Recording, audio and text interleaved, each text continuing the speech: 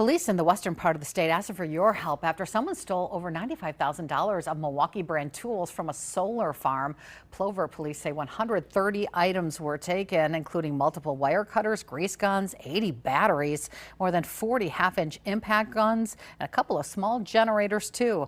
Officials say the items are often sold online or trafficked out of state.